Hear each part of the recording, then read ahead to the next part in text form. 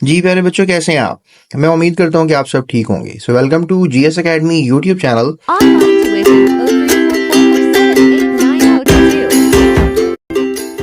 आज की वीडियो में यूनिट नंबर 10 मैग्नेटिज्म, इसके ऊपर जो क्वेश्चन है एक्सरसाइज के, उसके ऊपर जो है हम काम करेंगे और एमसीक्यूज को पहले हल करते हैं। सो चलते हैं अपने क्वेश्चंस की तरफ। तो प्यारे बच्चों, पहला सवाल जो है वो ये किया जा रहा है कि which one of the following gets attached to a magnet. तो इसका जवाब जो है वो ये होगा कि इसमें से कौन कौन सी चीज़ जो है मैग्नेटिक है, जो मैग्नेट को अट्रैक्ट करेगी। तो सिल्वर स्पून जो है वो मैग्नेट को अट्रैक्ट नहीं करेगा, क्योंकि सिल्वर एक ऐसा एलिमेंट है जो कि मैग्नेट को अट्रैक्ट नहीं करता। कॉम प्लास्टिक की अमूमन बनी होती है, लोहे की भी होती हैं, ठीक है। आयरन बेसिकली कह लें, एक ऐसा एलिमेंट है जो कि मैग्नेटिक है, जो मैग्नेट को अट्रैक्ट करेगा। और कॉपी बुक भी आपको पता है पेपर होता है।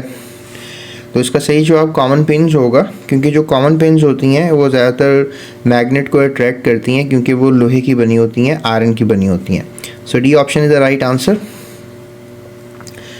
अगला क्वेश्चन किया जा रहा है जी, the pole of the magnet that points towards the geographical south is called. कि ऐसा मैग्नेटिक का पोल जो कि साउथ की तरफ हो, उसको आप क्या कहेंगे? तो प्यारे बच्चों, आपको जैसे कि डायग्राम में नज़र आ रहा है, ये नॉर्थ साइड होती है हमारे अर्थ की और ये वाली साइड साउथ की होती है। तो इसलिए ये नॉर्थ पोल जो है वो मैग्नेटिक का नॉर्थ पोल रहेगा और ये वाला जो हिस्सा है साउथ पोल रहेगा। तो ये बार मैग्नेट आपको नज़र आ रहा है और ये इसके गिर्द मैग्नेटिक फील्ड है। मैग्नेट है, इसके गिर्द अर्थ भी हमारा एक मैग्नेट की तरह ही है, इसलिए अर्थ के साथ इसको रिजेंबल किया गया है। तो यहाँ पे आप कह सकते हैं कि जो क्वेश्चन किया जा रहा है वो ये था कि जो पोल है मैग्नेटिक का, that point toward the south pole, जो साउथ पोल की तरफ पॉइंट आउट किया जा रहा है, तो उस हिस्से को क्या कहेंगे? यानी पोल ऑफ द मैग्नेट को जो पॉइंट कर रहा है साउथ की तरफ, तो उसको साउथ पोल ही कहेंगे आप। ये देखें यहाँ पे साउथ की तरफ जो पॉइंट आउट कर रहा है, तो that is called the south pole, ठीक है।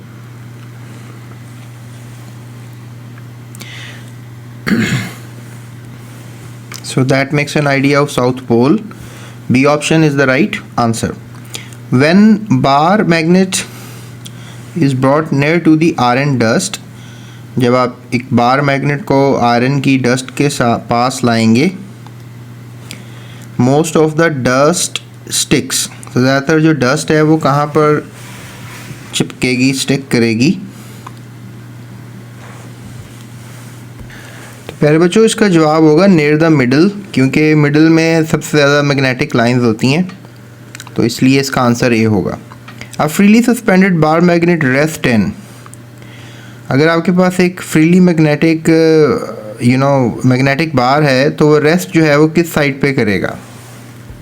तो इसका जवाब आप यहाँ से ले सकते हैं कि नॉर्थ साउथ डायरेक्शन से जो है वो रेस्ट करेगा। इस तरह से कुछ उसकी आपको शक्ल नज़र आएगी। सो नॉर्थ साउथ डायरेक्शन में जो है ये रेस्ट में आएगा। तो इसका जवाब आपका होगा north south direction, option A. प्यारे बच्चों, अगला सवाल ये किया जा रहा है कि the attraction is seen between the poles of the two bar magnets in the case of. तो दो बार मैग्नेट्स में आपको अट्रैक्शंस अगर नज़र आती हैं, तो वो कैसे नज़र आती हैं कि north pole of the one magnet with the north pole of the south magnet से अट्रैक्ट करेगा, या नॉर्थ पोल जो है वो एस पोल से साउथ पोल से करेगा, या साउथ पोल से करेगा, या सब में ही आपको अट्रैक्शंस नज़र आती हैं। तो बच्चों याद रखिएगा, नॉर्थ पोल और साउथ पोल में आपस में ना अट्रैक्शंस रहती हैं। तो नॉर्थ पोल हो one magnet definitely attract between the south pole of the other. North pole आपस में एक दूसरे को रिपेल करेंगे, तो लिहाजा B is the right answer for this question. A freely suspended magnet resist then, तो अगर हमने अभी एक न्यूमेरिकल किया था, एक question freely suspended bar magnet resting, अब यहाँ पे अ फ्रीली सस्पेंडेड, ठीक है, मैग्नेट की बात हो रही है। अब खाली फ्रीली सस्पेंडेड मैग्नेट को भी आप करेंगे तो उसकी भी डायरेक्शन ये होगी नॉर्थ साउथ डायरेक्शन, तो ये आपने याद रखना है। B option is the right option. उसके बाद बेटा क्वेश्चन ये किया जा रहा है, which of the following materials is the most suitable for making permanent magnet? कौन सी चीज़ जो है वो यूज़ की जाती है ताकि परमानेंट मैग्नेट जो है मटेरियल यूज़ किया जाए ताकि परमानेंट मैग्नेट बन जाए? तो याद रखिएगा कि इसमें जो है इसका जवाब ये होगा कि जो परमानेंट मैग्नेट्स होते हैं उनको बनाने के लिए स्पेशल अलॉयज़ का जो है वो यूज़ किया जाता है, जैसे आयरन, निकल, कोबाल्ट, ये 6 मैग्नेटिक मटेरियल्स होते हैं। आयरन, निकल, कोबाल्ट, आपने इनको याद रखना है। तो विच of the following material the most suitable, तो मोस्ट सूटेबल अगर लेना चाहेंगे तो आप आयरन, निकल, कोबाल्ट तो ले सकते हैं। तो इसमें निकल भी है और आयरन भी है, तो मैं आयरन के साथ जाऊंगा क्योंकि आयरन सबसे ज़्यादा यूज़ किया जाता है मैग्नेटिक एलॉयज़ बनाने के लिए। Magnetic lines of a force of a bar magnet do not intersect because, वो आपस में जो लाइंस होती हैं, जिस तरह एक बार मैग्नेट होता है, ठीक है, तो यहाँ से जो लाइंस ओरिजिनेट होती हैं इस तरफ आती हैं, ये नॉर्थ पोल है, साउथ पोल है, ये आपस में कभी भी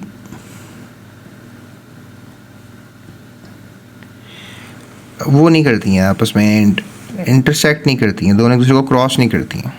तो इसके जवाब की तरफ जाते हैं। एक छोटी सी मिस्टेक हो गई थी शुरू में, सवाल था कि बार मैग्नेट को आप लेकर आते हो आयरन डस्ट के पास, तो मोस्ट ऑफ द डस्ट कहाँ स्टिक करती, मैंने मिडिल में कहा था। चूँकि एक लॉजिक है, लॉजिक ये है, ये नॉर्थ पोल है, साउथ पोल है, तो ये लाइंस जो है ना एक दूसरे से दूर जाती हैं जब ये सेंटर से गुज़रती हैं, मिडल से गुज़रती हैं। तो आप कह सकते हो कि जब एंड्स के ऊपर आती हैं ना लाइंस, तो ये आपस में कंसंट्रेट हो जाती हैं, यहाँ पे अट्रैक्शन लेवल सबसे ज़्यादा होता है। तो ये आंसर नहीं होगा, ए नहीं लगाना आपने, ठीक है, सी लगा लें, नियर द टू एंड्स, क्योंकि इक्वली एवरीवेयर भी नहीं कह सकते और मिडल या एंड्स की तरफ भी नहीं कह सकते, तो नियर द टू एंड्स सबसे सही रहेगा, ये लगा लें आप। तो उसके बाद ये बताया जा रहा है कि जी मैग्नेटिक लाइंस जो हैं क्यों नहीं करती इंटरसेक्ट, क्योंकि सिमिलर चार्जेस की होती हैं, रिपेल करती हैं एक दूसरे को, डाइवर्ज कर जाती हैं सिंगल पॉइंट से, और point always has a single net magnetic field या फिर lines magnetic lenses to intersect. तो इसमें ये वजह होती है कि सिमिलर चार्जेस होते हैं क्योंकि एक दूसरे के साथ सेम, सो दैट्स वाई शायद ये आपस में कभी भी इंटरसेक्ट नहीं करती हैं। A option is a very right answer for this question. Which of the following process can not destroy magnetic properties of magnet? कौन सी ऐसी प्रॉपर्टी है जिससे आप can not destroy the magnetic properties? कौन सी इसमें से प्रॉपर्टीज़ हैं? Hammering, heating, dropping on a hard surface, boiling. तो I think so which of the following process can not destroy magnetic properties?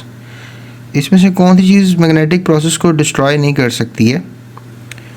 तो आप कह लें कि ड्रॉपिंग ऑन हार्ड सर्फेस से क्या मैग्नेटिक प्रॉपर्टीज़ को कोई फ़र्क पड़ता है? हीट करने से पड़ता है, कोई बॉयल करने से पड़ता है, या हैमरिंग करने से पड़ता है, ये वो पूछ रहे हैं।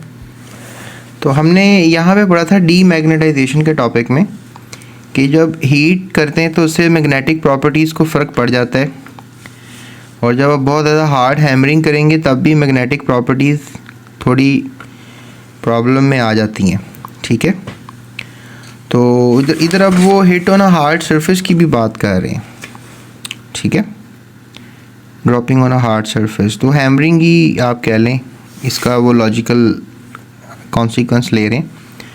बॉइलिंग से शायद कोई फ़र्क नहीं पड़ेगा, आप बॉयल करते रहें, ठीक है। तो सॉरी, बॉइलिंग से भी पड़ सकता है क्योंकि हीटिंग ही होगा ना, बॉइलिंग भी, ये भी गलत हो रहा है। सो ड्रॉपिंग ऑन हार्ड सरफेस, किसी हार्ड सरफेस पे उसको गिराएं तो मैग्नेटिक प्रॉपर्टीज़ को फ़र्क नहीं पड़ेगा। हैमरिंग से, हीटिंग से, बॉइलिंग से पड़ सकता है, ठीक है। इसका लॉजिक तो हमने यहाँ से इसके साथ से लिया ना, इसलिए इसका ये जवाब होगा। उसके बाद है ये पर्पस ऑफ द कंपस है। पर्पस क्या होता है कंपस का? तो कंपस का पर्पस है to tell you the directions, to tell how far you have walked, to tell what time you left, to tell where is the sun, तो directions के लिए होता है और तो बाकी लॉजिक्स नहीं है। So A is the right answer. ये तमाम इन MCQs के आंसर थे। अब हम शॉर्ट क्वेश्चन आंसर्स की तरफ चलते हैं। So stay with GS Academy YouTube channel, अभी सब्सक्राइब करें। Thank you for watching GS Academy.